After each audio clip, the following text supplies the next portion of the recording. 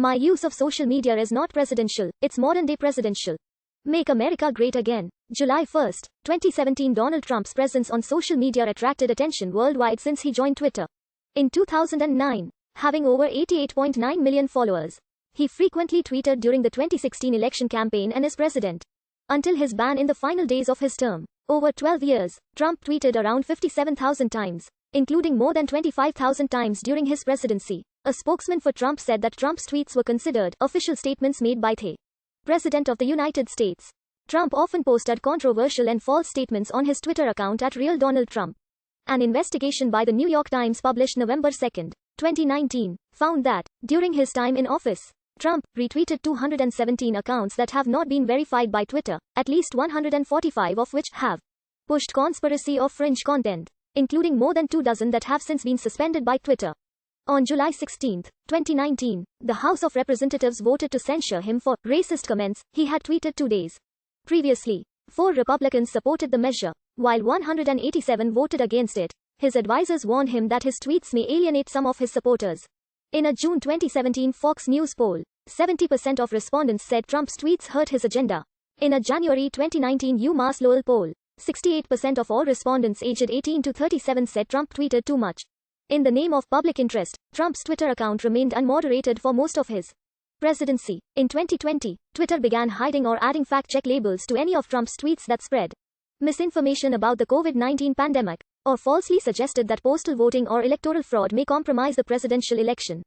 After Trump was defeated by Joe Biden, Trump used Twitter to repeat these election lies, which were among Trump's most widely shared tweets and part of Trump's broader effort to undermine the election results. Twitter began labeling those posts as disputed or misleading. On January 8, 2021, Trump was indefinitely or permanently banned from Twitter, Facebook, and several other platforms after he was accused of inciting the storming of the U.S. Capitol. During the counting of the electoral votes, the last step in formalizing Trump's loss to Biden, Twitter permanently suspended his @Real Donald Trump handle, followed by the official account of his campaign shortly thereafter, to avoid further incitation of violence. Allies of Trump who posted on his behalf, including Trump campaign digital director Gary Kobe, also had their accounts suspended. Twitter also deleted 3 tweets by Trump on the @Portus handle and barred access to the presidential account until Joe Biden's inauguration. Additionally, Facebook blocked and later banned Trump from all of its platforms indefinitely.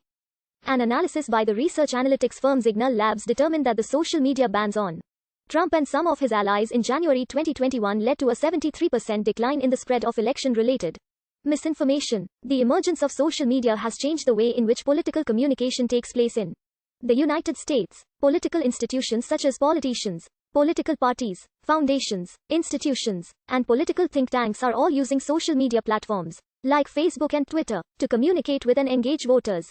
Regular individuals, politicians, pundits, and thought leaders alike are able to voice their opinions, engage with a wide network, and connect with other like-minded individuals. According to Wael Ghonim, social media can reinforce pre-existing beliefs rather than promote new ones. Social media, while a great source of gathering volunteers and money, serves the main purpose of affirming political beliefs and strengthening a political base.